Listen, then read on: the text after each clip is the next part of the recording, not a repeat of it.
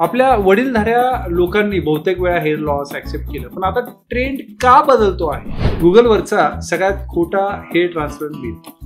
Oil लावल्याने तुमचे हेअरची वाढ होते किंवा ग्रोथ होते. ऑइल लावणं हे काही चुकीचं नाही. तुम्ही रोज ऑइल लावताय आणि एक्सपेक्टेशन करताय की माझी केस ह्याच्याने परत रिग्रो होतील, तर तसं होणार नाही. आजच्या जनरेशनला तुम्ही एक डॉक्टर म्हणून काय संदेश द्याल जे लुक्सवर खूप कॉन्शियस असतात? तुमचे जो सर्जन आहे त्यांनाच ठरवू द्या की तुम्हाला ट्रीटमेंटची गरज आहे की नाही आणि कुठल्या ट्रीटमेंटची गरज आहे. हेअर ट्रान्सप्लांट तसंच आहे. हेअर ट्रान्सप्लांट केल्यानंतर तुम्ही त्याचं मेंटेनन्स व्यवस्थित नाही ठेवलं, तुम्ही डॉक्टरांचे फॉलोअप प्रत्येक 2 महिन्याला ऍटलिस्ट फॉर वर्षभर नाही ठेवलेत, तर तुमचा रिझल्ट अपेक्षेप्रमाणे नाही येऊ शकतो. पहिला जो हेडवॉश असतो तो तुमच्या डॉक्टरांकडूनच तुम्ही करून घेतला पाहिजे, कारण तो खूप क्रिटिकल आहे.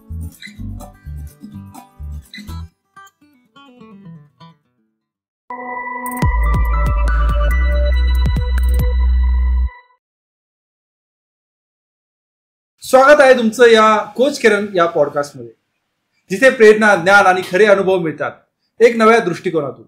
आज आपल्यासोबत आहेत एक असे डॉक्टर जे केवळ केसांचे नाही तर ते आत्मविश्वासाचे सर्जन आहेत. एक तरुण डॉक्टर ज्यांनी पार्टी लाईफच्या मोहाला नाही म्हणत स्वतःच्या स्वप्नांसाठी संघर्ष केला आणि आज हजारो रुग्णांना आत्मविश्वास परत देण्याचं काम करत आहे. चला भेटूया डॉक्टर शुभम कटारिया सर यांना, founder of chief surgeon hill 24 hair transplant clinic. नमस्कार डॉक्टर शुभम कटारिया सर, तुमचं कोच किरण पाटील या पॉडकास्ट मध्ये स्वागत आहे. नमस्कार सर, धन्यवाद मला तुम्ही या पॉडकास्ट मध्ये इन्व्हाइट केल्याबद्दल. शुभम सर, सर्वात आधी सांगायचं झालं तर हिल 24 ही संकल्पना तुमच्या मनात कशी आणि कधी आली? आपण थोडं एक 9 वर्ष अगोदर जाऊया. 2016 मध्ये सर माझं ऍडमिशन झालं पोस्ट ग्रॅज्युएशन मध्ये मॅक्सिलोफेशियल सर्जरी या ब्रांच मध्ये. तर सर्जिकल ब्रांच असल्यामुळे आमची जी मेडिकल पोस्टिंग असते हॉस्पिटलची ती आपण पहिल्या महिन्यापासून आमची चालू होते. सर मी तिथे बघितलं की रुग्ण फक्त शारीरिक वेदनांपासून तर झुंजत आहेतच, पण त्यांना मानसिक त्रास पण खूप आहे. तर सर त्या हॉस्पिटलमध्ये मी एक निरीक्षण केलं पेशंट्सचं आणि त्यांच्या नातेवाईकांचं की खूप पेशंट्स मेंटल डिप्रेशननी त्रासलेले आहेत आणि मी एक शॉर्ट सर्व्हे स्टडी करण्याचा प्रयत्न केला. त्याच्यामध्ये हे कन्क्लुजन आलं की काही पेशंटला त्यांचे फॅमिली प्रॉब्लेम्स आहेत, कोणाचं डिवोर्स झालेलं आहे, कोणाचं लँडवरून काही भांडणं झालेली आहेत आणि कोणाला खूप जणांना हेअरफॉल हा इश्यू आहे. हे मला पेशंटनी, मी जेव्हा त्यांच्याशी 1 to 1 कनेक्ट केला तेव्हा त्यांनी मला हे सगळे प्रॉब्लेम सांगितले. तर हेअरफॉल हा इश्यू मला ॲज अ मेडिकल फील्ड मधला डॉक्टर आणि सर्जन मी बनणार होतो तेव्हा, तर तो माझा खूप जिव्हाळ्याचा प्रश्न तेव्हा बनला आणि तेव्हा मी एक ठरवलं की आपण ह्या फील्डमध्ये काहीतरी केलं पाहिजे. तो एक स्पार्क होता माझ्यासाठी की आपण ह्या फील्डमध्ये काहीतरी आपण केलं पाहिजे. त्याच्यानंतर मी माझे जे गाईड होते माझे पोस्ट ग्रॅज्युएशनमध्ये, मी त्यांच्याशी बोललो. आमच्या पोस्ट ग्रॅज्युएशनमध्ये एक मिनी बुक नावाचा प्रकार असतो, त्याला आम्ही लायब्ररी डेझर्टेशन म्हणतो. तर मी लायब्ररी डेझर्टेशन मध्ये माझ्या हेअर ट्रान्सप्लांट हा टॉपिक निवडला सर आणि त्याच्यामध्ये रिसर्च करणं काय असतं काय नसतं हे मी माझ्या पोस्ट ग्रॅज्युएशनच्या फर्स्ट इयर पासून चालू केलं. तर ती सुरुवात तेव्हापासून चालू झाली. 3 वर्ष माझं पोस्ट ग्रॅज्युएशन झालं मॅक्सिलोफेशियल सर्जरीमध्ये. त्याच्यामध्ये आम्ही sir head, neck, face related सगळ्या सर्जरीज आम्ही ऑपरेट केल्या. तिथे मी सगळ्या सर्जरीजचं ज्ञान घेतलं. पण जसं की मी सांगितलं, तो एक हेअरसाठीचा जो स्पार्क माझा निर्माण झाला फर्स्ट इयरमध्ये की मला वाटलं मला एक सुपर स्पेशलायझेशन एक कॉस्मेटिक आणि हेअर ट्रान्सप्लांटमध्येच केलं पाहिजे, कारण हा एक जस्ट एक आजार नसून एक सोशल प्रॉब्लेम झालेला आहे आजकाल आणि हा आपण कुठेतरी ॲड्रेस केला पाहिजे पेशंटचा. तर तिथून माझी सुरुवात झाली. माझं पोस्ट ग्रॅज्युएशन 2019 पर्यंत झालं आणि त्याच्यानंतर माझं फेलोशिप झाली हेअर ट्रान्सप्लांटमध्ये. 2 वर्षांचा एक्सपिरियन्स घेतला आणि 2021 पासून मी इंडिपेंडेंटली हेअर ट्रान्सप्लांट करायला. Very nice. आज हेअर लॉस एवढा सामान्य झाला आहे, पण तरी लोक याबद्दल बोलायला घाबरतात. तुमचं मत काय आहे? येस सर, माझं मत याच्याबद्दल आहे की हे खरं आहे की खूप लोक याबद्दल बोलायला घाबरतात, कारण सगळ्यात पहिले आपल्या सोसायटीमध्ये ही एक म्हण खूप प्रचलित आहे की लोक काय म्हणतील. तर तो जो प्रेशर आहे ना सर, तो खूप भयंकर आहे. अक्षरशः मी बघितलेलं आहे माझ्या पेशंट्स आता 5 वर्षांच्या अनुभवामध्ये की माझ्या पेशंट्सची लग्न होत नव्हती कारण त्यांना टक्कलपणा होता. तर हो, हे खरं आहे तुम्ही जे म्हणताय ते की खूप सोसायटी प्रेशर असतो हेअरफॉल एकदा झाल्यावर, खास करून मुलांमध्ये. कारण लेडीजचा एवढा टक्कलपणा दिसून येत नाही जेवढा आपला फिमेल्सचा जेंट्सचा दिसून येतो. तर मेल्समध्ये हे खूप मोठं सोशल डिलेमा आपण म्हणू शकतो किंवा सोशल स्टिग्मा आपण म्हणू शकतो की टक्कलपणाबद्दल आहे. आणि त्यालाच ओव्हरकम करण्यासाठी आपल्याकडे आता खूप नवीन टेक्नॉलॉजीजने आपण सर्जरीज करू शकतो. पेनलेस सर्जरीज आहेत ह्या सगळ्या. आणि जरी कोणाला नॉन सर्जिकल ट्रीटमेंट करायची आहे त्या सुद्धा ट्रीटमेंट्स आपल्याकडे खूप अवेलेबल आहेत. मेन्स आणि वुमेन हेअर लॉसच्या केसेसमध्ये काही वेगळे पण असतं का? नक्कीच सर. एक असतो मेल पॅटर्न हेअर लॉस, एक असतो female pattern hair loss. Male pattern hair loss मध्ये आपली केस जी पुढून हेअरलाईन रिसीड व्हायला चालू होते ती मागपर्यंत जाऊ शकते. त्याला आपण grade 1 to grade 7 male pattern hair loss म्हणतो. ओके. आमच्या मेडिकल टर्म्स मध्ये त्याला आपण अँड्रोजेनेटिक ॲलोपेशिया असं म्हणतो. आणि फिमेल पॅटर्न हेअर लॉस जो असतो तो मधून कधी पण तुम्ही जर बघाल तर मधून फिमेल्सचे हेअर लॉस चालू होतो, कधीही पुढून होत नाही. रिसिडिंग हेअरलाईन फिमेल्समध्ये फार रेअर असते, पण जर आपण मधला भाग बघितला दोघांच्या तर इथून साईडला केस जात असतात. त्याला आपण टिलोजन एफ्लियम पण म्हणतो, नाहीतर फिमेल पॅटर्न हेअर लॉस म्हणतो. तर हा फरक आहे मेल पॅटर्न हेअर लॉस मध्ये आणि फिमेल पॅटर्न हेअर लॉस मध्ये. सगळ्यात जास्त गोंधळ गुगलवरून होतो. काही व्हायरल मॅथ्स जे तुम्ही पेशंटकडून ऐकलं का? हो सर. आता आज आपण गुगलचे काही मिथ्स आपण डिबंक करूया. सगळ्यात पहिले पेशंट आम्हाला असं म्हणतात की सर माझं टक्कल तर आलेलं आहे पण मला काही ट्रीटमेंट किंवा सर्जरी नाही करायची, तुम्ही काहीतरी मला गोळ्या औषधं द्या, मला तेल लावायला द्या आणि त्याच्याने ते बरं होऊ शकतं का? तर मी इथे सांगू शकतो की गोळ्या औषधं तेल लावणं हे काही चुकीचं नाहीये सर, हे अगदी बरोबर आहे. पण ती सपोर्टिव्ह ट्रीटमेंट झाली तुमची. तुमच्या मेन ट्रीटमेंटला ती सपोर्ट करणारे हेअर रिग्रोथ वाढवण्यासाठी, पण ती मेन कोर ट्रीटमेंट नाही होऊ शकत. तुमचे जो सर्जन आहे त्यांनाच ठरवू द्या की तुम्हाला ट्रीटमेंटची गरज आहे की नाही आणि कुठल्या ट्रीटमेंटची गरज आहे. तुम्हाला डिरेक्टली हेअर ट्रान्सप्लांटची गरज आहे का त्याच्या अगोदर काही तुमचे कन्झर्वेटिव्ह ट्रायकोलॉजिकल ट्रीटमेंट्स आपण ज्याला म्हणतो, PRP आलं त्याच्यामध्ये GFC आलं, त्याच्यामध्ये मिझोथेरपी आलं आणि मल्टीविटॅमिन्स आले, काही औषधं आली, मिनॉक्सिडिल सिरम बद्दल आपण बोलूयात, मिनॉक्सिडिल सिरम लावणं आलं. हे सगळ्या ट्रीटमेंट्सची तुम्हाला गरज आहे का हे तुमच्या डॉक्टरांना ठरवू. हेअर ट्रान्सप्लांट म्हणजे जुआ आहे असं म्हणण्यासाठी तुम्ही काय सांगाल? बऱ्याच वेळेला असे होतं की अरे हेअर ट्रान्सप्लांट केल्यावर वेगवेगळे आजार होऊ शकतात किंवा अगदी म्हणजे खूप सारे गैरसमज लोकांमध्ये पसरलेले आहेत की काही स्किन डिसीज होऊ शकतात किंवा बऱ्याचशा काही व्हायरल इकडे युट्यूबवर वगैरे असतात की अरे हेअर ट्रान्सप्लांट केलं आणि त्याला आलो असतो अटॅक, तर ते तिकडे जोडून टाकतात की हेअर ट्रान्सप्लांट केल्यामुळे तो गेला वगैरे. अशा अनेक गैरसमजुती आहेत. तर नेमकं मग हे काय आहे, याला तुम्ही काय? हेअर ट्रान्सप्लांट ही खूपच एक पेनलेस सर्जरी आहे सगळ्यात पहिले आणि सगळ्यात सेफ सर्जरी मानली जाते. तर ज्यावेळेस मी तिकडे गेलो होतो तर तिथं कन्सल्टंट जे काउन्सिलर बसले होते तर त्यांनी मला, माझेही गैरसमज असेच होते, तर त्यांनी मला असं सांगितलं होतं की सर म्हणे जसं आपल्याला लहानपणी पडतो, धडपडतो, खर्चटतं आणि मग थोडंसं रक्त येतं, बरोबर, आणि मग ते 8-10 दिवसात बरं होतं, बरोबर. सेम लाईक दॅट म्हणे हेअर ट्रान्सप्लांट करताना इथे छोटे छोटे आपण काय करतो, असं वरतून पिन करतो, भूल देऊन करतो, अगदी नॉर्मल छोटं छोटं रक्त येतं आणि तिथे ते जे मागचे मुळं असतात ते असे हलक्या पद्धतीने तिथे लावले जातात. झालं, एवढं काय एकदम सोपं आहे. मी आता माझेही असे गैरसमज होते, ते काउन्सिलरने खूप छान सांगितले आणि मी केलं आणि आज एवढा छान रिझल्ट आलेला आहे. सर तुमचा अगदी चांगला रिझल्ट आलेला आहे. आपण मी सांगू शकतो की हेअर ट्रान्सप्लांट ही खूपच एक पेनलेस प्रोसिजर आहे. पण आता मला हे सेकंड फेज पण करायचं आहे, स्वतः मी तुमच्याकडूनच करणार आहे. नक्की सर, आपण सेकंड फेज करूयात आणि तुमचा आत्ताची जी डेन्सिटी आहे आणि सेकंड फेज झाल्यानंतरची डेन्सिटी आहे ती नक्कीच आपण प्रेक्षकांना दाखवू. Very nice. येस सर, नक्की. I am also excited. Thank you so much sir. तर आता आपण मुद्द्यावर येऊया परत की हेअर ट्रान्सप्लांट ही प्रक्रिया खूपच सोपी आहे जर तुम्ही एक ट्रेंड सर्जिकल स्किल्सच्या सर्जन कडून केली तर. दुसरी गोष्ट, तुम्ही हेअर ट्रान्सप्लांट क्लिनिक निवडताना एक बघितलं पाहिजे की त्यांना सर्जनला किती वर्षांचा अनुभव आहे, सर्जनची डिग्री काय आहे. तुम्ही ज्या क्लिनिकला जाताय तुम्ही कधीच, मी सांगेन की ऑनलाईन किंवा व्हिडिओ कन्सल्टेशन तुम्ही तुमच्या हेअर ट्रान्सप्लांट डॉक्टर सोबत नका करू. तुम्ही प्रत्यक्ष त्या क्लिनिकमध्ये जावा, त्या क्लिनिकमध्ये चे पेशंट्स तुम्ही बघा, तुम्ही बिफोर आफ्टर व्हिडिओ टेस्टिमोनियल्स त्या क्लिनिकचे बघा, तिकडे सर्जन स्वतः सर्जरी करणार आहे की नाही याची खात्री करून घ्या. कारण आज हेअर ट्रान्सप्लांट मध्ये इतकं ब्लॅक मार्केटिंग चालू झालेलं आहे सर की तुम्ही हेअर ट्रान्सप्लांट सेंटरमध्ये गेल्यावर तुम्हाला माहित पण नसतं तो समोरचा बसणारा माणूस टेक्निशियन आहे, डॉक्टर आहे का त्याचं अजून काही दुसरं क्वालिफिकेशन आहे. तर ह्या सगळ्या ज्या गोष्टी आहेत, परत मी स्वतः सांगेन त्या क्लिनिकची जो हायजीन आहे ते तुम्ही आपल्याला गेल्यावर कळतं. आपण एक नॉर्मल रेस्टॉरंटमध्ये जातो आणि 5 स्टार रेस्टॉरंटमध्ये जातो, तर तो फरक आपल्याला जसा लगेच कळतो. तुम्ही 4 ते 5 क्लिनिक्स फिरा आणि तो फरक, हायजीन खूप इम्पॉर्टंट आहे. स्टरलायझेशन प्रोटोकॉल जो आपण ऑपरेशन थिएटरमध्ये यूज करतो तो किती व्यवस्थित आहे हे तुम्ही पूर्ण क्लिनिक बघूनच त्याच्यानंतर तुम्ही डिसाईड करा. साधारणपणे कोणत्या वयात ट्रान्सप्लांट रिकमेंड करता? 18 ते 25 वयोगटासाठी की कुठल्या वयोगटासाठी काय सल्ला द्या? सर, हेअर ट्रान्सप्लांट आपण रेकमेंड करतो 25 आणि त्याच्यावर वयोगटांसाठी.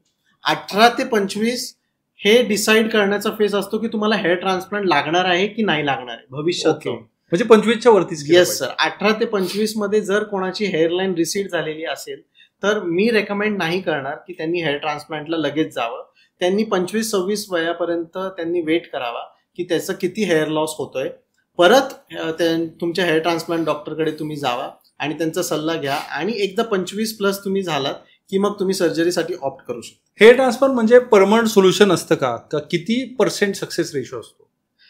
सर, हेअर ट्रान्सप्लांट ही एक सर्जरी आहे. तर सर्जरीमध्ये प्रॅक्टिकली बोलायला गेलं तर 100% सक्सेस रेट हा कुठल्याच सर्जरीमध्ये नसतो. एखादा आपण दात काढायला गेलो तरी पण 100% नाहीये की तो मुळापर्यंत निघू शकतो. बरोबर, शक्यच नाहीये. मी दाताचा अशासाठी बोललो की लोकांचा खूप अनुभव येतात की माझा अर्धाच दात काढला किंवा मूळ राहिलं. तर ह्याचा सक्सेस रेट 90 to 95% आहे. आणि तुम्ही मी जसं बोललो परत चांगल्या क्लिनिकवरून, चांगल्या सर्जनकडून, अनुभवी सर्जनकडून केलं तर तो 100% हेअर ट्रान्सप्लांट हेअर्सला 20 ते 30 वर्ष काहीच होत. पोस्ट ट्रान्सप्लांट केअर बद्दल लोक गोंधळत असतात, तर काय काय त्याची काळजी घ्यावी लागतात? सर, पोस्ट ट्रान्सप्लांटमध्ये आपण आपलं ट्रान्सप्लांट झाल्यानंतर पेशंटला आपण एक 1 इयरचा चार्ट पूर्ण देतो की ट्रान्सप्लांटच्या दिवशीपासून ते 365व्या दिवसापर्यंत पेशंटला काय काय काळजी घ्यायची आहे. तर ह्याच्यामध्ये पहिल्या दिवसापासून ते पहिले 3 ते 4 दिवस असतं की पेशंटनी कम्प्लीट बेड रेस्ट करावी. नॉर्मली तुम्ही लॅपटॉपवर वर्क फ्रॉम होम काम करू शकता. तुम्ही स्विमिंग अवॉइड करायचं आहे टोटली. तुम्हाला जिमिंग अवॉइड करायचं आहे. तुम्हाला एक्सेसिव्ह तेलकट तिखट पदार्थ अवॉइड करायचे.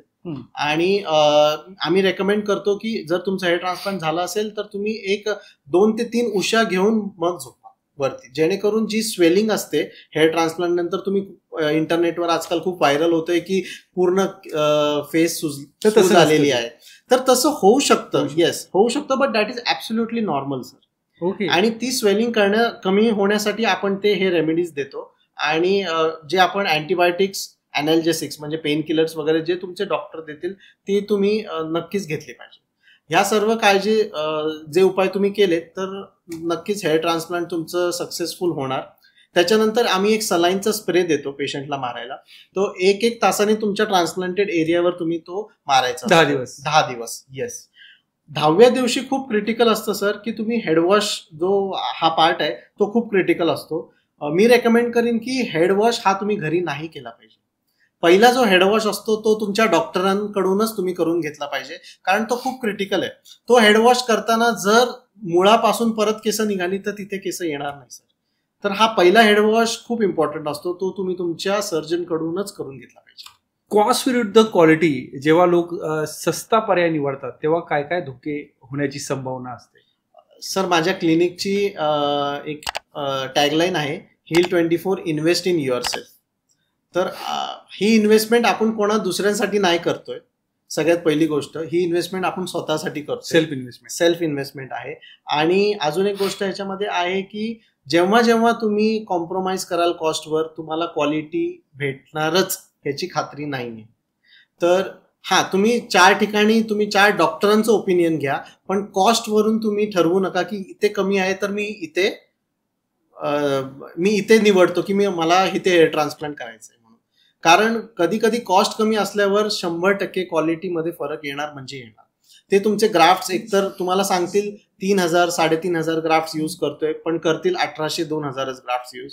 सेकंड गोष्ट झाली की जी क्वालिटी ऑफ ट्रीटमेंट, आपण जी टेक्निक यूज करतोय ती लेटेस्ट टेक्निक यूज नाही करणार.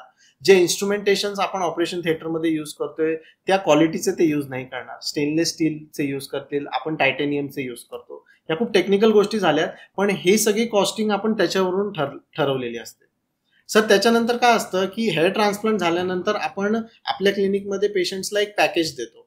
त्या पॅकेजमध्ये आपण एक तर पीआरपीचा पॅकेज असतो, नाही तर जीएफसीचा पॅकेज असतो. ते आपण पेशंट जो ऑप्ट करेल आपण तो पॅकेज देतो. तर त्या पॅकेजमध्ये तुमचे पीआरपी जीएफसीचे सेशन्स इन्क्लुडेड आहेत का हे पण बघणं गरजेचं आहे. नुसतं सर्जरी करून सर भागणार नाहीये. It is like taking a car.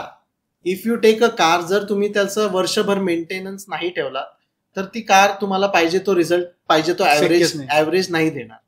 तर हेअर ट्रान्सप्लांट तसंच आहे. हेअर ट्रान्सप्लांट केल्यानंतर तुम्ही त्याचं मेंटेनन्स व्यवस्थित नाही ठेवलं, तुम्ही डॉक्टरांचे फॉलोअप्स प्रत्येक 2 महिन्याला ऍटलिस्ट फॉर अ वर्षभर नाही ठेवलेत, तर तुमचा रिझल्ट अपेक्षेप्रमाणे नाही येऊ शकतो. हिल्स 24 क्लिनिक मधून आतापर्यंत किती रुग्णांना सेवा दिली गेली आहे सर? एक खास केस शेअर करावं. हो सर, आतापर्यंत आपण हिल 24 क्लिनिक नोव्हेंबर 2022 मध्ये चालू झालंय. त्याच्या आतापर्यंत आपण 1500, मागच्याच आठवड्यात माझ्या 1500 सर्जरीजचा congratulation. Thank you so much sir, आपण गाठलेला आहे. आणि 1-2 स्टोरीज मी तुम्हाला शेअर करू इच्छितो माझ्या. सर एक पेशंट माझ्याकडे आले होते 2 महिन्यांपूर्वी, त्यांचा एक पूर्ण रिझल्ट आला. पेशंट 1 वर्षांपूर्वी माझ्याकडे आले होते. त्यांनी मला सांगितलं की सर मी कुठेतरी पिंपरी चिंचवडला, मी रिव्हील नाही करणार नाव, त्यांनी हेअर ट्रान्सप्लांट केला होता. पेशंट अकोल्याचे होते, विदर्भ साईडला अकोल्याचे होते. त्यांना रिझल्ट पाहिजे तेवढी डेन्सिटी आली नाही. मग ते माझ्याकडे आले. मी त्यांना अश्युअर केलं. अतिशय डिप्रेशनमध्ये गेले होते ते. आणि सर आम्ही त्यांची सर्जरी केली, डेन्सिटी वगैरे चांगली दिली. माझ्याकडे सर व्हिडिओ टेस्टिमोनियल आहे. दुसऱ्या दिवशी, त्यांच्या हेडवॉशच्या दुसऱ्या दिवशी त्यांनी जी डेन्सिटी बघितली, त्या पेशंटनी मला सांगितलं सर मी आज 1.5 वर्षानंतर माझ्या चेहऱ्यावर मी हसतोय. बाप रे. तर तो एक इमोशनल कनेक्ट खूप महत्वाचा होता पेशंटचा माझ्यासोबत, की 1.5 वर्षांनी माझं पेशंटच्या चेहऱ्यावर मी हसू आणू शकलो. खूपच छान. Yes sir, yes. तुमचं नॉन मेडिकल बॅकग्राऊंड मधून येणं आणि सर्जन होणं ही कहाणी खरंच प्रेरणादायक आहे. थोडं सांगाल का तुमचं पर्सनल जर्नीबद्दल? नक्कीच सर. नॉन मेडिकल बॅकग्राऊंड मधून येताना एक खूप संघर्ष करावा लागतो, खूप मेहनत करावी लागते. पण असं आपण म्हणतो की जर तुमची स्वप्न मोठी असतात तर मेहनत पण तेवढीच मोठी आणि चिकाटीची असली पाहिजे. लहानपणापासून मी एक मिडल क्लास बॅकग्राऊंड मध्ये माझा जन्म झाला.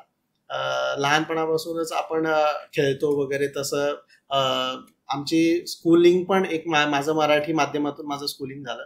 आणि त्याच्यानंतर पण असं एक ध्येय होतं की काहीतरी मोठं करायचंय आपल्याला आपलं नाव, आपल्या परिवाराचं नाव खूप मोठं करायचंय आणि काहीतरी समाजासाठी एक चांगलं काहीतरी करायचंय, देण्याची भावना होती. सर पैसे आपण कुठल्याही फील्डमध्ये जर तुम्ही एक्सलन्सी दाखवली तर पैसे तुम्ही सगळ्या फील्डमधून कमवू शकतात, पण समाजासाठी काहीतरी करणं ती एक भावना माझ्यामध्ये पहिलेपासून होती आणि त्याच्यावरूनच मी डॉक्टरची ही फील्ड निवडली. रुग्णांशी आपला माणूस म्हणून वागणं ही फिलॉसॉफी तुमच्या क्लिनिकचं विशेषत्व आहे. हे तुम्ही कसं मेंटेन करता? सर सगळ्यात पहिले माझं कन्सल्टेशन जे असतं ते कमीत कमी 40 ते 45 मिनिटांचं असतं. कधी कधी पेशंट हसतात पण माझ्यावर की सर तुम्ही हे का विचारताय, ते का विचारताय. पण एकदा डायग्नोसिस करण्यासाठी आपण पेशंटच्या फक्त असं तुम्ही काय विचारता? सर कधी कधी आम्ही त्यांची फॅमिली हिस्ट्री विचारतो, तर त्यांना असं वाटतं की त्याच्याशी काय संबंध आहे माझा.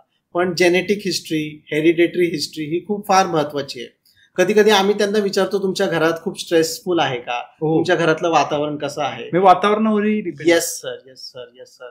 तुमचं डाएट, तुमचं लाईफस्टाईल, तुमचं स्ट्रेस, ह्या सगळ्या गोष्टी खूप महत्वाच्या आहेत.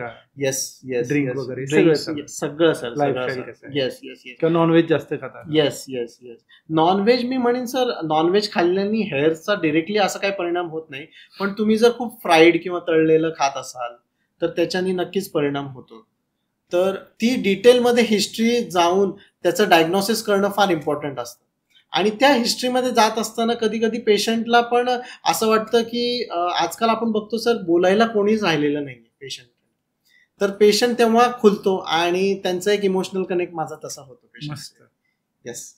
आजच्या जनरेशनला तुम्ही एक डॉक्टर म्हणून काय संदेश द्याल जे लुक्सवर खूप कॉन्शियस असतात? येस. माझं असं म्हणणं आहे सर त्यांच्यासाठी की येस, लुक्स आर इम्पॉर्टंट. तुम्ही लुक्सला इग्नोर नाही करू शकत. लुक्स जर इम्पॉर्टंट नसते तर सर आज आपण बॉलिवूड ऍक्टर्स बघतो, सलमान खानला बघतो, आमिर खानला बघतो सर, त्यांनी पण ट्रान्सप्लांट केलेले आहेत. तर लुक्स का इम्पॉर्टंट आहेत? त्यांना केस होती म्हणून आपण त्यांना बघायला गेलो. ही एक हार्ड रियालिटी आहे. हो, जर आज सलमान खान किंवा आमिर खानला पूर्णपणे टक्कल असतं तर आपण तेवढ्या शिद्दतीने त्यांचे मूवीज नाही बघू शकत किंवा बघितले, आवड निर्माण नसती झाली. पण आज अजून एक लेटेस्ट एक एक्झाम्पल आहे बोनी कपूरचा. ऍट दी एज ऑफ 60 त्यांनी हेअर ट्रान्सप्लांट केलेलं आहे. तर काहीतरी त्यांच्या मनात काहीतरी आलं असेल ना, की त्यांचा कॉन्फिडन्स लो असेल, काहीतरी त्यांना झालं असेल की तसं बघायला गेलं तर त्यांची रिटायरमेंट फेज चालू झाली सर. तर त्यांनी हेअर ट्रान्सप्लांट आत्ता का केलं? तुम्ही गुगलवर जाऊन सर्च करू शकता. बोनी कपूरचं हेअर ट्रान्सप्लांट जे झालेलं आहे ते बिफोर अँड आफ्टर जे झालेलं आहे ते किती सुंदर झालेलं आहे. तर नक्कीच हेअर ट्रान्सप्लांटनी तुमचा जो कॉन्फिडन्स आहे तो खूप खूप खूप पटीने वाढतो. आपल्या वडीलधाऱ्या लोकांनी बहुतेक वेळा हेअर लॉस ऍक्सेप्ट केलं, पण आता ट्रेंड का बदलतो आहे? सर ट्रेंड ह्याच्यासाठी बदलतो आहे की आजकालची जी जनरेशन आहे ती फार लुक कॉन्शियस झालेली आहे. आपल्या वेळेस अगोदर जेव्हा पण आपण बघायचो किंवा आपली वडीलधारी माणसं बघायची की लुक्सला एवढी ते पहिला प्रेफरन्स नाही द्यायचं. पण आत्ताची जनरेशन ही हार्डकोर रियालिटी आहे सर की लुक्स मॅटर करतं. आणि लुक्स मॅटर केल्यामुळे तुम्हाला ह्या सगळ्या ज्या गोष्टी आहेत, हेअर ट्रान्सप्लांट किंवा कॉस्मेटिक सर्जरीज, हे करणं खूप इम्पॉर्टंट झालेलं आहे. ह्याला आपण चेंज करू शकत नाही सर. तर आपण स्वतःला तर चेंज करू शकतो ना, जे आपल्या हातात आहे ते. आपण समाजाला किंवा समाजाच्या जी धारणा आहे त्याला तर आपण चेंज करू नाही शकत, पण जे आपल्या हातात आहे ते आपण नक्कीच चेंज करू शकतो. त्याच्यासाठी हे सगळी गोष्ट. आणि सेकंड गोष्ट, जर तुम्ही कम्फर्टेबल असाल तुमच्या लुक्समध्ये, जर तुम्हाला टक्कल पण आलेलं आहे आणि if you are comfortable with it, then you don't need any type of treatment. त्याला आपण जी मराठीत एक चांगला शब्द आहे स्वीकृती. तर स्वीकृती जर असेल तर काहीच गरज नाहीये या सगळ्या ट्रीटमेंटची. पण तुम्हाला जर वाटत असेल की मला कॉन्फिडन्स माझा कुठेतरी लो होतोय, मला माझ्या लग्न करण्यामध्ये माझा अडथळा येतोय, सर मी तुम्हाला खरं सांगतो की हेअर ट्रान्सप्लांट करण्याचं सगळ्यात पहिलं कारण 25 ते 32 वयोगटाच्या पेशंट्समध्ये 90% एकच आहे की माझं लग्न होत नाहीये सर. तर आपण ह्याला तर रियालिटीला तर आपण चेंज करू नाही शकत ना सर, आपण स्वतःला चेंज करू शकतो. तुमच्यामध्ये पुढील 5 वर्षात हेअर ट्रान्सप्लांट आणि कॉस्मेटिक सर्जरीचा ट्रेंड कसा दिसेल? सर पुढील 5 वर्षात मी हे जे बघितलेलं आहे, हे मी पहिले मागच्या 5 वर्षांबद्दल बोलतो, कारण कोरोना 2020ला आपल्या सगळ्यांना हिट झाला. पुढच्या 5 वर्षात आपल्याला माहित नाही कुठले आजार अजून नेमके येणार आहेत, नाही येणार आहेत. त्याच्यासाठी आणि अजून एक नेक्स्ट गोष्ट की लुक्स मॅटर करणं हेच काळाची गरज आहे sir. So it is very very अर्थातच, कारण प्रत्येक जण स्वतःवर प्रेम करतो. आणि तुम्ही जर स्वतःवर प्रेम केलं तर दुनिया तुमच्यावर प्रेम करेल. True true. आणि प्रत्येकाला असं वाटतं ना की मी सुंदर दिसावं. एक्झॅक्टली. आणि सर सुंदर दिसणं हे काही वाईट नाहीये ना. हा बरोबर आहे. सुंदर दिसणं ही गोष्ट काही वाईट नाहीये.